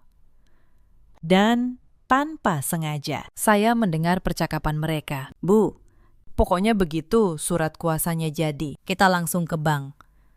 Kata suara Mbak Dian. Pinjamannya bisa sampai 1,5 miliar. Lumayan buat nutup utang Mas Gunawan. Sisanya buat kita. Tapi Maya gimana? Suara Bu Sulastri. Gampang. Kalau dia rewel, kita usir saja. Dia kan cuma menantu. Mana ada menantu berani lawan mertua. Reza juga pasti nurut sama ibu. Saya berdiri di lorong gelap itu, menahan napas. Hati saya berdebar, bukan karena takut. Tapi karena akhirnya saya mendengar semuanya dengan jelas. Mereka benar-benar berencana mencuri rumah saya. Saya melangkah mundur. Pelan-pelan. Keluar dari rumah. Lalu masuk lagi seolah-olah baru tiba. Dengan suara pintu yang sengaja saya keraskan. Saya tidak ingin mereka tahu bahwa saya sudah mendengar segalanya. Malam itu di kamar. Saya membuka laptop dan menambahkan satu catatan terakhir. Lalu, saya tulis di bawahnya. Sudah cukup. Malam itu, saya tidak tidur. Bukan karena takut, tapi karena saya tahu waktunya hampir tiba. Selama 2 minggu berikutnya, saya bergerak senyap. Pertama, saya pastikan sertifikat asli tetap aman di brankas kantor saya. Tidak ada satupun salinan yang bisa mereka gunakan untuk transaksi sah. Kedua, Saya hubungi rekan saya, seorang pengacara bernama Pak Bram, yang sudah saya percaya bertahun-tahun. Saya ceritakan semuanya. Surat kuasa palsu, percobaan, penjaminan, BPKB motor yang digadaikan. Saya menemui Pak Bram di sebuah kedai kopi sederhana, jauh dari rumah. Supaya tidak ada yang curiga, saya bawa semua dokumen saya dalam satu tas. Pak Bram membuka dokumen-dokumen itu satu persatu. Dia memeriksa sertifikat, surat tanah, rekapitulasi pengeluaran, dan salinan surat kuasa palsu yang saya dapatkan. Lalu, dia bersandar di kursinya. "Maya," katanya, "sebagai pengacara, saya sudah menangani banyak kasus sengketa keluarga. Tapi jarang saya menemukan klien yang sesiap kamu. Kamu sudah menyiapkan semuanya. Kamu pegang seluruh kartunya. Tanah atas nama ayahmu, sertifikat atas namamu, surat kuasa palsu yang bisa dibuktikan palsu, dan rekapitulasi pengeluaran. Pertanyaannya, kapan kamu mau mainkan?" Saya menjawab pelan. "Saya tunggu sampai mereka sendiri yang membuka pintunya." Pak Bram tersenyum. "Kamu perempuan yang sabar. Tapi saya peringatkan, jangan terlalu sabar. Ada batas antara sabar dan membiarkan diri dizalimi. Kalau mereka sampai berhasil menjaminkan rumah itu, urusannya akan jadi panjang." "Mereka tidak akan berhasil," kata saya. "Karena sertifikat asli ada di berangkas saya. Tanpa itu, surat kuasa palsu mereka hanya secari kertas tanpa nyawa." Pak Bram mengangguk puas. "Kalau begitu, saya siap kapanpun kamu butuh. Telepon saya datang." Ketiga, saya diam-diam memasang sebuah kamera kecil di ruang tamu. Bukan untuk apa-apa, hanya untuk berjaga. Saya punya firasat sesuatu akan terjadi, dan saya ingin ada saksi yang tidak bisa berbohong. Dan firasat saya benar. Malam itu adalah malam yang saya ceritakan di awal. Saya pulang dari shift malam sekitar pukul 5 pagi. Badan saya remuk. Saya hanya ingin mandi air hangat dan tidur barang 2 jam sebelum berangkat ke kantor lagi. Tapi begitu saya membuka pintu, Mbak Dian sudah berdiri di ruang tamu, memegang seember pakaian. "Maya, bagus, kamu sudah pulang," katanya. "Ini pakaian dalam saya sama Mas Gunawan kotor semua. Cuci sekarang ya, tangan. Jangan pakai mesin. Saya geli kalau dicampur." Saya menatap ember itu.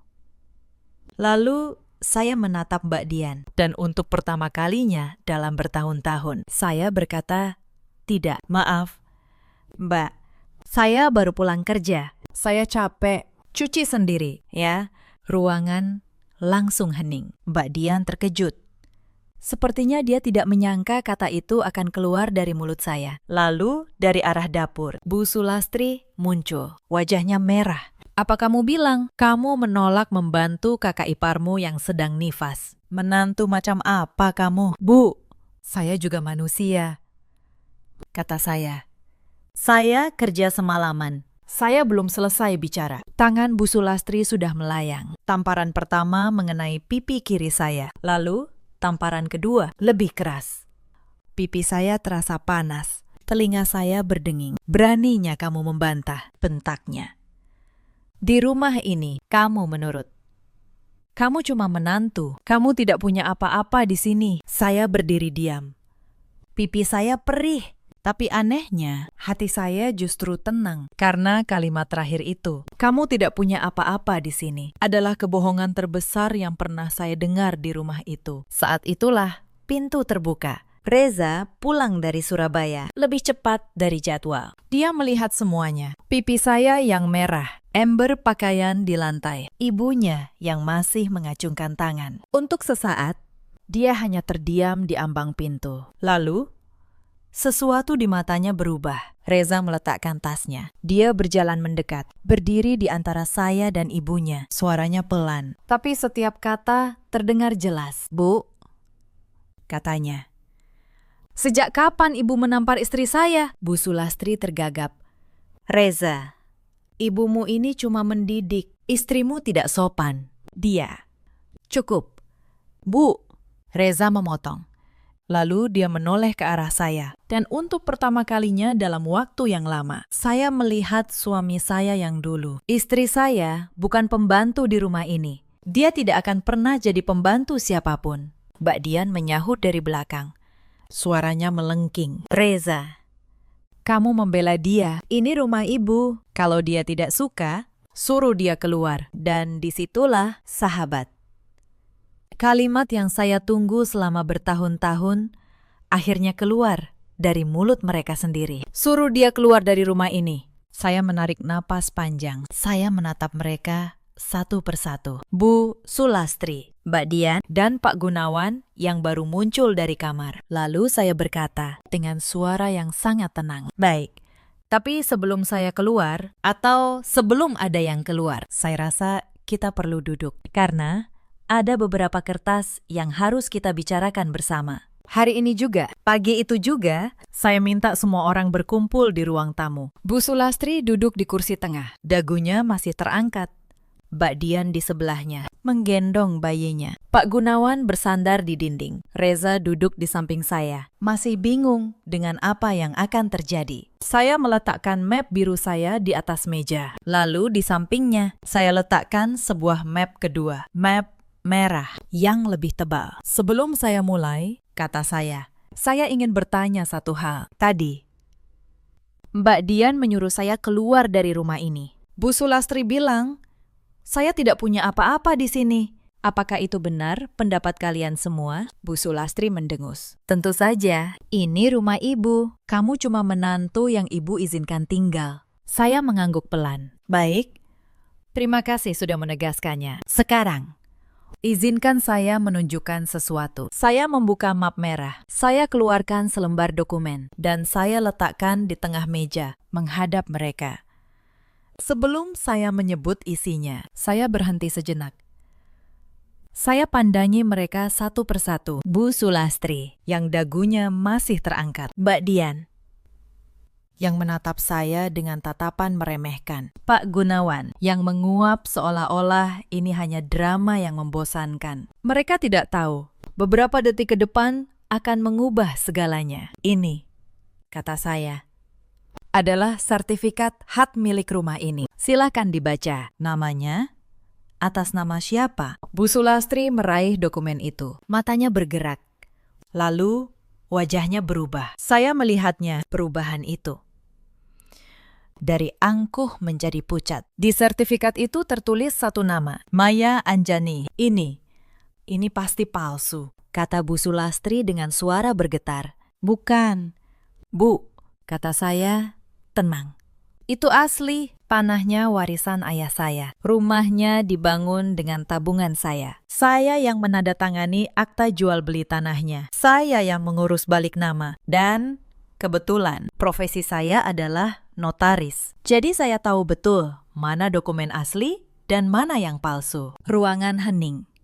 Bayinya Mbak Dian menangis. Lalu diam lagi. Saya keluarkan dokumen kedua. Ini surat keterangan dari kantor pertanahan yang menegaskan kepemilikan saya. Dan ini, saya keluarkan lembar ketiga. Adalah surat dari ayah saya, almarhum, yang menyatakan bahwa tanah ini diwariskan khusus untuk saya, bukan untuk keluarga suami saya. Pak Gunawan mulai gelisah. Mbak Dian menelan ludah. Tapi saya belum selesai. Saya keluarkan dokumen keempat, dan ini yang membuat seluruh ruangan membeku. Ini, kata saya, menarik.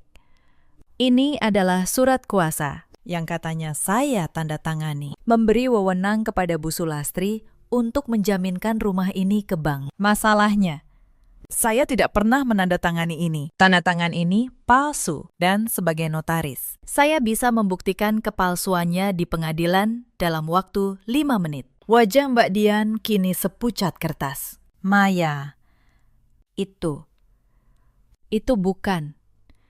Mbak Dian, potong saya. Suara saya masih tenang. Saya tahu siapa yang membuat surat ini. Saya tahu kalian berencana menjaminkan rumah saya, mengambil pinjaman, lalu mengusir saya supaya tidak ada yang menggugat. Sayang sekali. Kalian lupa untuk menjaminkan rumah dibutuhkan sertifikat asli. Dan sertifikat asli ada di brankas kantor saya. Yang kalian pegang cuma kertas tanpa nyawa. Mbak Dian terdiam.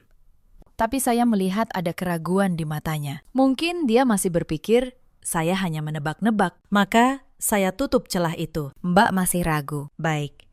Beberapa malam lalu, saya pulang lebih awal. Rumah gelap. Saya berdiri di lorong depan kamar ibu, dan saya dengar semuanya. Saya menatap Bu Sulastri. Lalu, Mbak Dian, satu persatu.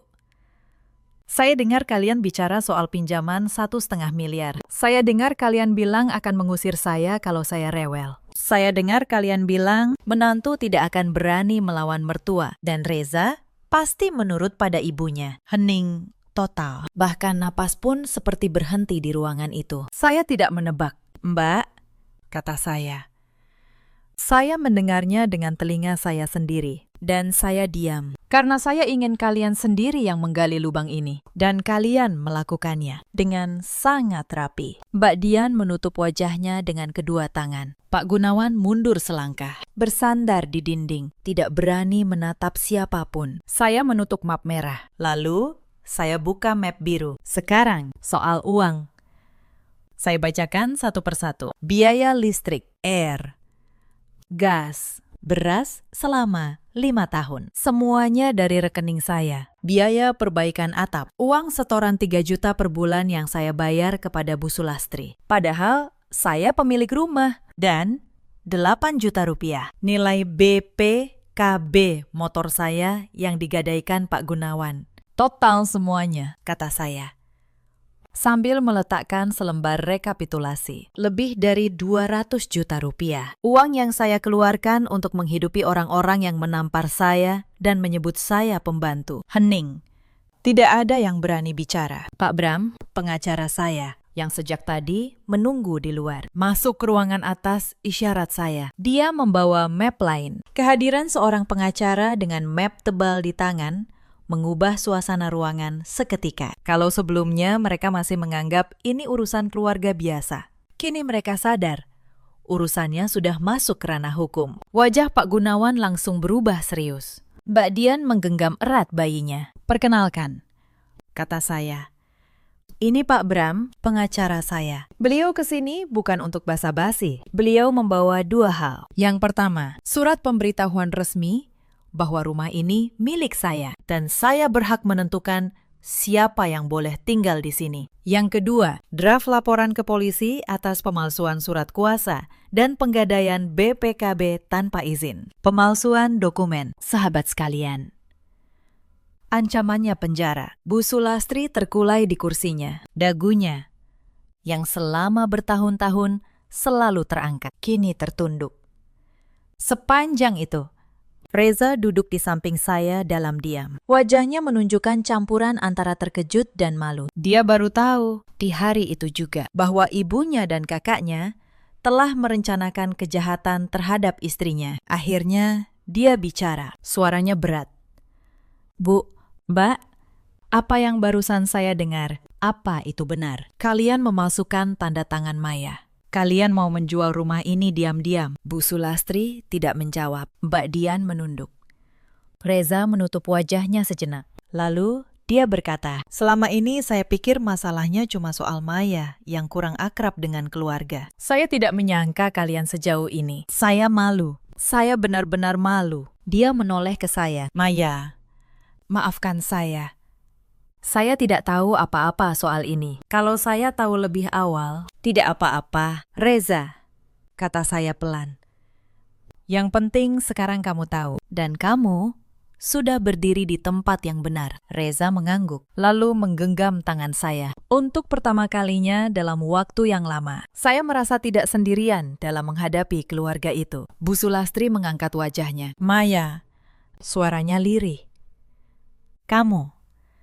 Kamu mau memenjarakan ibu? Saya menatap beliau lama. Lalu saya berkata, tidak.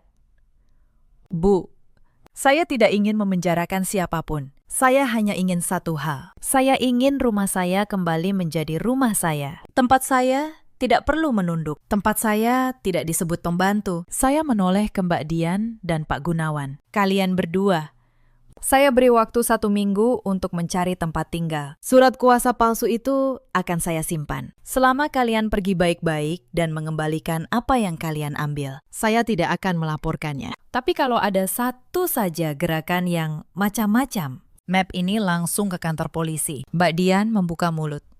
Tapi tidak ada kata yang keluar. Pak Gunawan menunduk. Lalu saya menoleh ke Bu Sulastri. Dan untuk beliau, suara saya melembut sedikit. Bu, Ibu boleh tetap tinggal di sini. Ini tetap rumah Reza juga. Dan Reza, anak Ibu. Tapi dengan satu syarat. Mulai hari ini, Ibu tidak pernah lagi mengangkat tangan kepada saya. Dan Ibu tidak pernah lagi menyebut saya pembantu. Saya menantu Ibu, bukan pelayan Ibu. Bu Sulastri menangis. Untuk pertama kalinya sejak saya mengenalnya, saya melihat beliau menangis. Hari-hari setelah pagi itu berjalan tidak seperti yang saya bayangkan. Saya mengira akan ada perang, teriakan, pertengkaran. Mungkin ancaman. Tapi yang terjadi justru sebaliknya. Rumah itu menjadi sangat sunyi. Mbak Dian dan Pak Gunawan mengemasi barang mereka dalam diam. Mereka tahu posisi mereka. Surat kuasa palsu itu adalah bukti yang bisa mengirim mereka ke penjara. Dan mereka sadar, saya tidak menggertak.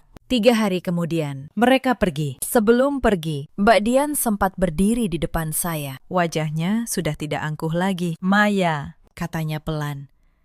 "Maafkan saya menatapnya. Saya tidak membenci Mbak Dian, saya hanya lelah. Saya tidak menyimpan dendam, Mbak," kata saya. "Tapi saya juga tidak akan lupa. Jaga diri baik-baik." Pak Gunawan mengembalikan BPKB motor saya yang dia tebus entah dengan uang dari mana. Mereka pergi tanpa menoleh lagi. Yang paling berubah justru adalah Reza, suami saya yang dulu pendiam, yang dulu selalu berkata, "Sabar ya, Maya." Setiap kali ibunya menindas saya. Malam itu, duduk di samping saya dengan kepala tertunduk. "Maya," katanya, "maafkan saya. Selama ini saya tahu kamu menderita, tapi saya pengecut. Saya pilih diam karena tidak mau berhadapan dengan ibu saya. Saya biarkan kamu menanggung semuanya sendiri." Saya diam sejenak. Lalu saya berkata jujur, "Iya, Reza, kamu memang pengecut. Bertahun-tahun saya menunggu kamu berdiri di samping saya. Dan baru pagi tadi, kamu melakukannya." Dia mengangguk. Menerima kata-kata itu tanpa membela diri. Saya tahu, saya tidak akan minta kamu langsung memaafkan saya. Tapi mulai sekarang, saya akan berubah. Saya janji. Saya menatapnya lama. Saya tahu, kepercayaan yang retak tidak bisa direkatkan dalam semalam. Tapi saya juga tahu, pria yang berdiri di antara saya dan ibunya pagi itu mengucapkan, "Istri saya bukan pembantu, adalah pria yang masih layak diberi kesempatan. Kita coba lagi," kata saya akhirnya, pelan-pelan. "Tapi kalau kamu kembali jadi pengecut, kamu tahu di mana letak sertifikat rumah ini." Untuk pertama kalinya dalam waktu yang lama, Reza tertawa kecil. Dan saya diam-diam ikut tersenyum. Sejak hari itu, Reza benar-benar berubah. Bukan dengan kata-kata manis, tapi dengan tindakan. Dia mulai mengurangi tugas luar kotanya, supaya bisa lebih sering di rumah. Saat saya pulang shift malam, seringkali sudah ada sarapan hangat yang dia siapkan sendiri. Meski masakannya sederhana, dia belajar mencuci, menjemur, dan membereskan rumah. Hal-hal yang dulu dia anggap bukan urusan laki-laki. Suatu kali, saya bertanya, "Mas, kenapa tiba-tiba kamu jadi rajin begini?" Reza menjawab, "Karena dulu kamu mengerjakan semua ini sendirian, sementara aku diam saja. Sekarang giliranku menebus itu." Saya tidak menjawab, tapi diam-diam di dalam hati. Sebuah luka lama mulai sembuh sedikit demi sedikit. Bukan berarti semua langsung sempurna. Ada hari-hari di mana kami masih bertengkar. Ada saat-saat di mana saya masih teringat tamparan pagi itu. Masih teringat ember pakaian itu. Tapi sekarang, setidaknya, saya tidak menghadapinya sendirian. Bu Sulastri tetap tinggal bersama kami. Tapi beliau berubah menjadi orang yang berbeda. Dagunya tidak lagi terangkat. Beliau tidak lagi memerintah. Awalnya saya pikir itu hanya pura-pura, hanya taktik karena beliau ketakutan. Tapi seiring waktu, saya melihat perubahan itu tulus. Suatu pagi, saya pulang dari shift malam dan saya mendapati dapur sudah rapi. Di meja ada sepiring nasi goreng dan secangkir teh hangat. Di sampingnya secari kertas. Untuk Maya, maaf untuk semua.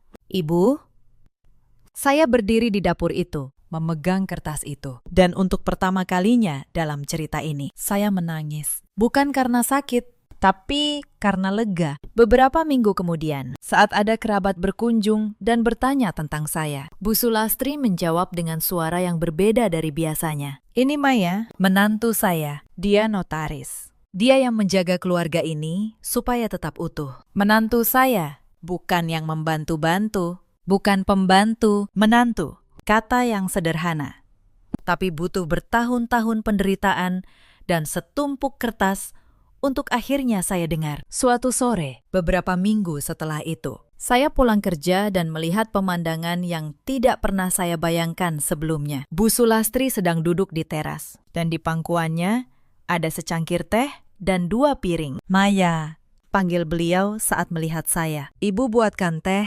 Duduk dulu sebentar, sini, temani ibu. Saya duduk di sampingnya. Untuk beberapa saat, kami hanya diam, menatap halaman kecil rumah itu. Lalu, Bu Sulastri berkata pelan, Ibu menyesal. Maya, bertahun-tahun ibu memperlakukanmu seperti orang asing. Padahal kamu yang menjaga rumah ini. Kamu yang menjaga Reza. Kamu yang menjaga kami semua. Bahkan saat kami menyakitimu. Saya menatap beliau. Air mata beliau jatuh perlahan. Sudah, Bu, kata saya.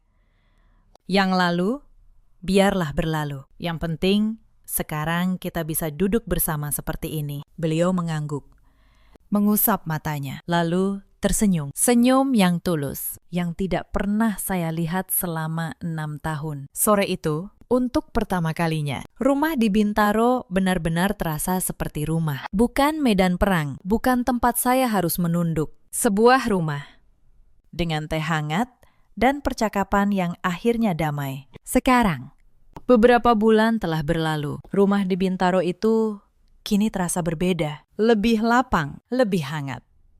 Bukan karena temboknya berubah, tapi karena tidak ada lagi rasa takut di dalamnya. Saya masih bekerja shift malam. Saya masih pulang pukul 5 pagi dengan badan yang remuk. Tapi sekarang, saat saya membuka pintu, yang menyambut saya bukan ember pakaian kotor. Yang menyambut saya adalah rumah yang akhirnya benar-benar menjadi rumah saya. Map biru saya masih ada, tersimpan di laci. Saya tidak membuangnya. Bukan karena saya masih menyimpan dendam, tapi sebagai pengingat. Pengingat bahwa kesabaran bukanlah kelemahan. Kesabaran adalah cara orang cerdas menunggu waktu yang tepat. Dan map merah yang berisi sertifikat dan surat kuasa palsu itu saya simpan di brankas sebagai jaring pengaman. Sebagai pengingat bagi siapapun bahwa kertas yang diam bisa berbicara paling keras pada saat yang tepat. Cerita ini mengajarkan satu hal. Jangan pernah menilai seseorang dari seberapa sering ia menunduk. Dan jangan pernah mengira orang yang diam itu tidak punya kekuatan. Di luar sana, ada banyak perempuan seperti saya dulu. Perempuan yang pulang kerja dengan badan lelah, lalu disambut dengan perintah dan hinaan di rumah yang seharusnya menjadi tempatnya beristirahat. Perempuan yang disebut menantu, tapi diperlakukan seperti pembantu. Kepada kalian, saya ingin berkata, kesabaran kalian bukan kebodohan. Tapi kesabaran juga ada batasnya. Suatu hari, kalian harus berdiri. Dan saat kalian berdiri, berdirilah dengan bukti. Bukan hanya dengan air mata. Ada juga banyak suami seperti Reza dulu. Suami yang menyayangi istrinya, tapi terlalu takut berhadapan dengan ibunya sendiri. Kepada para suami, ketahuilah, diam kalian bukan kedamaian. Diam kalian adalah luka yang kalian biarkan menganga di hati istri kalian. Dan ada pula para ibu mertua yang merasa kuasa atas rumah tangga anaknya hanya karena mereka lebih tua, yang lupa bahwa rasa hormat tidak datang dari ketakutan, melainkan dari kebaikan. Bu Sulastri akhirnya belajar hal itu. Mbak Dian dan suaminya. Kabarnya Masih berpindah-pindah kontrakan. menanggung sendiri akibat dari pilihan mereka. Freza menjadi suami yang lebih baik dari sebelumnya. Dan saya akhirnya bisa beristirahat di rumah saya sendiri tanpa harus menunduk. Dalam hidup, kita selalu punya pilihan. Kita bisa terus menunduk dan berharap orang lain berubah. Atau kita bisa berdiri dengan tenang di saat yang tepat Dan membiarkan kebenaran berbicara. Saya memilih yang kedua, dan saya tidak pernah menyesalinya. Ceritakan kisah kalian di kolom komentar. Kalau cerita ini menyentuh hati kalian, jangan lupa tinggalkan jejak supaya saya tahu. Terima kasih sudah menemani saya sampai akhir.